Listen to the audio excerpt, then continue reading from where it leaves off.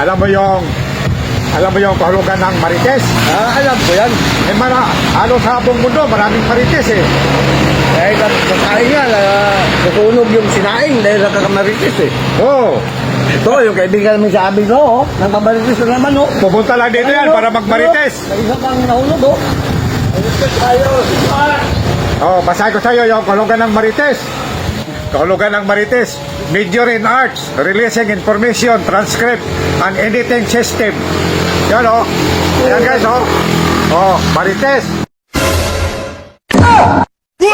Yung maliit yung marites, English speaking pala yung meaning na to. Matalino pala Alam mga mo, marites. Niwalan ako, matalino nga yung mga marites. Talino talaga yung marites. Mahilig ngayon magpaaway ng mga tao eh. Kaya nga, Yung minsan, yung mga mag-asawa, nag-aaway tungkol sa marites na yan. kulang sa marites. Ayun, marites, dalawa.